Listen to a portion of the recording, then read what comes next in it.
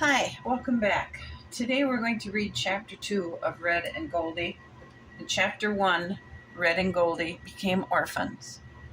So let's follow their adventure now. Chapter 2. The early morning sun is softly shining through the gaps in the branches and leaves in our nest. It is warm where it touches my fur, but I wonder how can that be? Scooter, Rusty, and Mama are no longer here, so how can things go on as normal? Goldie, lying next to my back, is silent. Something's different this morning. Why doesn't the nest sound the same? Goldie is silent. She's not snoring. Immediately, I jump up and turn to look at her. Is she okay? Did she leave me for some reason during the night? Am I really alone now? I look at her in the early morning light, and I can see her ribs move up and down with each breath she takes. She is okay. I think I was crying as I looked down. A tear fell on her soft fur. I didn't cry yesterday, so why am I crying now? I need to stop this because I have a little sister to keep safe and sheltered. I had promised Mama. Didn't stop to realize I wasn't much older than Goldie. How was I going to teach her things she needed to know? And I didn't even know them myself. I wonder if I look different because I feel different. What would Mama tell me to guide me if she were here and could talk to me? I said softly into the empty nest, Mama, what do I do? Help me. Then I heard her beautiful voice softly chattering. I love you. You be brave. Looking around the empty nest around me, I knew she wasn't there, but I also knew I had heard her. I love you, Mama. I will be brave. I promise you. I wipe away a tear with my paw and look at it smiling. I will be okay. I am my mother's son, and I'm going to raise Goldie to be a strong squirrel like our Mama was. Reaching out, I touched Goldie to wake her up. Today was going to be difficult. I hope I can help her to adjust to our new life. Come on, Goldie. It's time for breakfast grapes. We have a lot of things to do today. Goldie lay looking at me, hiding her face with her paws. Was yesterday real, Red? Did that really happen? Yes, it was real. We have each other, but now we need to find a new home. We need to start storing food and build soft beds before it gets too cold and the white ice starts falling from the sky. I'm going to need your help, so let's get going. I tell her with as much confidence as I can as I try to smile at her. We both look out of our nest at a forest that doesn't seem as friendly as it did yesterday morning. Goldie was looking around as we stood in the opening of her nest. She has a lot of questions to ask, and I am beginning to wish she would be quiet for a little bit so I can think of the best way to start. Do you know how to make a nest? Do you know what kind of a tree is best to build one in? Do you know how to pick the right size branches and how to jab the sticks together so the nest can't fall apart? I don't want to fall out the bottom of our new nest, Red. Are you thirsty? Will you go with me to get a drink like Mama did? She always scooped the dirt and stuff out of my way. Are you scared too? Do you think we can find some berries for a snack? Mama always picked the biggest berries she could find when we would walk around. Will you sing me a song like Mama did? I have a few favorites. If you don't know any, I can tell you some. I'm beginning to have a lot more respect for Mama if Goldie was always asking her questions, like she is me. Let's just sit on this branch and look around. Let's just see what is out here, and let's also try not to talk, okay? I hope this will work because I was pretty sure I was going to have a headache before too long from all these questions I didn't have answers for. Besides, I wanted it quiet so I could listen for any grays that might still be around from yesterday. I didn't think we would have any trouble. We never have before. But with Goldie being so loud and noisy, I couldn't keep focused. Looking out at the forest from our nest, I listen, but I don't see anything that should give us a problem. Listen, Goldie, to me. I want us to get going, so I need you to follow me. I don't want a lot of questions. Just let's get going. I start tree hopping, but Goldie isn't following. When I look back at her, she is still standing on the branch I left her on, but now she is looking above me. I stop and slowly look up, hoping not to see what I'm afraid is there to see. Sure enough, the gray is looking down at me. I feel a little sick to my stomach and wonder, what do I do now? How could I have not seen it, but Goldie did? I was looking out, and Goldie was looking up before we left the nest. It has seen us both, but maybe it will come after me, giving her time to run away. Slowly the gray drops from branch to branch until he is just above me. I stare at him, trying to look really mean, scary, and fearless, hoping he would become afraid and leave us alone. Goldie, I need you to listen to me, I said softly. I want you to turn around and go the other way. I think this gray's attention is on me and not you. I need you to run away. But suddenly, a small red body sailed through the air, almost knocking me off the skinny branch I was on. Trying desperately to hang on with my claws, using all the strength I have, I rocked from side to side while still trying to look mean, or what I thought was mean. I probably looked pretty silly, trying not to fall. My tail was flapping all around the place, and I could feel my toenails losing grip on the branch. Our branch isn't very big, and with our combined weight, it is bouncing and drooping down towards the ground. To my surprise, Goldie begins shouting loudly in my ear, "All right, you big bully. If you want my brother, you have to fight me too." Gray looks at us from his branch above me, and I'm convinced he starts to laugh. He slowly turns away and began to hop from us, continuing to chatter while occasionally looking over his shoulder. I know he is laughing at us. He has to be. Whew.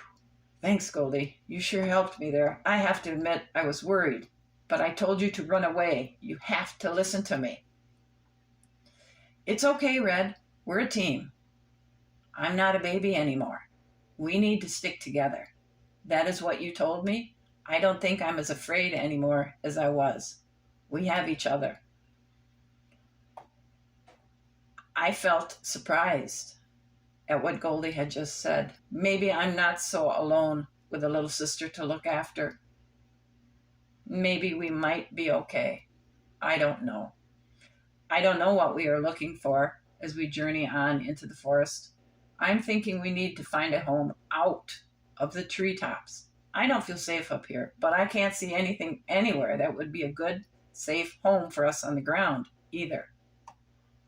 We hopped through the trees a long time, and the sun is going down.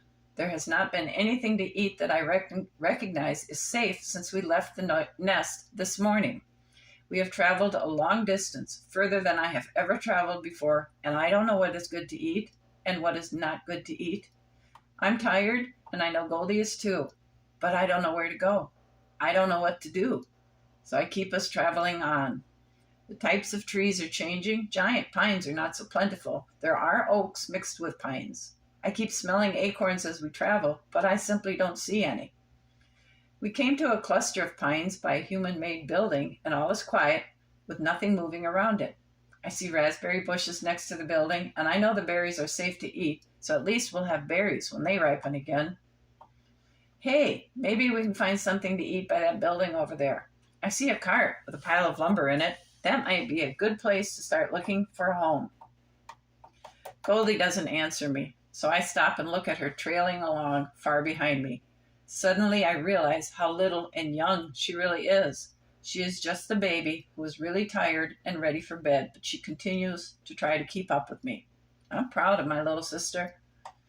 Jumping to some lower branches and then to the ground, I sit waiting for her to join me so we can rest as we look around for a while. It is really quiet and peaceful where we are sitting, and it also gives me a good view of the cart I had seen from the treetops. The cart is too high to be any good to sleep under. Any kind of enemy could get us there, but maybe inside would be better. That's a thought to check into. Do you feel better now that we have rested? I asked Goldie. Come on, let's see what we can find over there to help us tonight. Let's look at that pile of lumber in that cart. Maybe it will work to sleep in. I know you are tired, but we need to keep looking. Come on, Goldie, just keep going for me. I'm tired too. When we come to the cart's side edge, I jump up, stopping to look before I hop inside. I hear Goldie collecting herself to jump, and she jumps to the top by me, but she didn't stop. She collided with me, falling into the pile of lumber inside the cart. Are you okay? I jumped down by her, looking at her tired little face. No, I'm not. My feet hurt. My head hurts. I need a drink. And I have to go to the bathroom, she complained. I sat looking at her and started chatter laughing. I think you are okay, and I think it is okay to stay here tonight. I'll go find some leaves to make us a bed. How does that sound?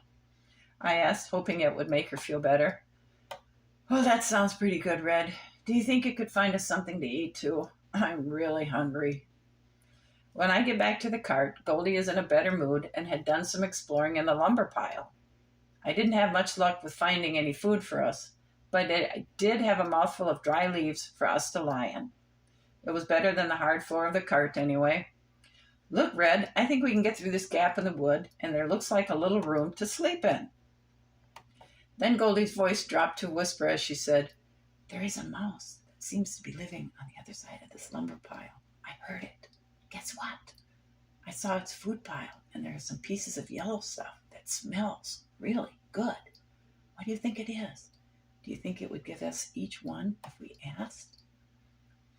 I followed Goldie to look at the mouse's food stash, seeing the yellow kernels she had described. Boy, they look delicious, and my own stomach sure is hungry. Can we ask, Red, please? Can we ask, please, Red? I'm so hungry. Let me ask, okay? I found it. Just be polite, and if he says no, then don't beg. To our good luck, the mouse pushed us each a yellow kernel and disappeared deep into its own nest to watch us eat. The yellow food was hard, but smelled good, so we began to nibble on it. I wonder if there's any more of this around to eat. I jumped up on the lumber pile to look around, trying to figure out where it had gotten that delicious food. In the opposite direction I had been searching, I see a large area of sticks poking out of the ground. Some of them have similar-looking yellow kernels hanging on them the mouse gave us. Getting excited, I decided to run to see if this is the mouse's food. Goldie, come with me. I think I found something to eat. We both ran towards the sticks in the ground. The closer we get to the sticks, the more we could smell it is the same food as the mouse had given us. I try to climb one, and it keeps breaking off and tipping to the ground. Actually, it became kind of fun to ride the sticks down as they broke off. Goldie saw what I was doing and started to copy me. Soon I am jumping from stick to stick to see if I can get off before they break. Hey, Red, I think maybe by landing on the cluster of yellow hanging on these sticks and not on the sticks, we can jump off before it breaks. That was such a good idea because it worked really well. I kept hopping until I am tired and stop. Goldie was behind me a few sticks, so I waited for her to catch up. Looking around, there are so many of these plants, I become worried we have gone too far from the cart. Off to my side stands a beautiful animal looking at me. It is such a soft brown-gray color and has long, slender legs with small, hard, black feet. The ears on the side of the head point out to the sides, and just below the ears are soft, dark eyes. But the most amazing thing is on the top of its head are branches. Slowly, this beautiful, quiet animal walked to where I was hanging on the side of a stick, moving its ears, listening to the noise Goldie is making as she approaches. Quietly, it spoke to me in a deep voice. Hello, Pine Squirrel. Where are you going? And why are you jumping on the corn stalks? It stopped very close to where I was, and I took the time to look at the branches growing out of its head. They are dark brown at the bottom and look very hard. Smaller branches are at the ends of the two larger branches. My name is Redford Pine Squirrel, but you can call me Red. My sister, Goldenrod, is making all the noise you hear behind me. You can call her Goldie. We are hopping on these sticks, landing on the clusters of yellow, and then jumping before the sticks break. It's fun, but I had not realized the sun is going down and it was starting to get dark. What is your name?" "My name is Thomas. That is the name my mother gave me." "Why do you call the corn stalks sticks and the cobs of corn clusters of yellow? Is name changing part of the game as well?" "We don't know what they are called. We became alone before we have learned all we need to know. We do not have a trusted adult to help us learn, so we are doing it alone," I answered Thomas. Suddenly, Goldie burst through the sticks behind me and stopped. She looked at Thomas, and her mouth dropped open in wonder. "What are you?" she rudely asked. "Hello, Goldie. You must be the little sister Bread told me about. My name is Thomas, and I am a deer. Actually, because I am a male, I am called a buck. The lady deer are called doe, and our babies are called fawn. You are standing on a cob of corn that is growing from a corn stalk." Thomas was patient as he stood talking to Goldie. "The food on the stalk is corn. It gives your body lots of good things to grow. The humans plant it in large fields like this to harvest when it is ripe in the fall for their animals to eat." "That is a lot to remember, but I like knowing more. Do you have more you can teach us?" Goldie was now moving closer to the deer while she held tightly to the side of the cluster she was sitting on. Suddenly the corn stalk broke, tossing Goldie to the ground. "Let me help you get back up," Thomas said as he lowered his head to where Goldie was sitting. "Just get up on my antlers and sit there. Hold on tight, and I will lift you back up beside your brother." Goldie did as he directed, and I watched her face as the buck lifted his head slowly so she wouldn't fall off. Goldie had a huge smile on her face when she hopped off and sat on the plant next to mine. "Thank you for your help, Thomas. Your antlers are very strong. Why did they grow out of your head like that?" "My antlers are things only we bucks grow. The doe and fawn do not. We use them when we fight in the fall with other bucks." After Thomas finished speaking, he turned and quietly walked away. "Do you remember which way we came? I'm not sure where our cart is. I guess we need to continue hopping to see what we can eventually find that will work for shelter tonight. Are you okay with that?" I asked Goldie. Sitting on a corn cob that was hanging on the stalk, Goldie started snacking on a kernel. She looked around and then looked at me.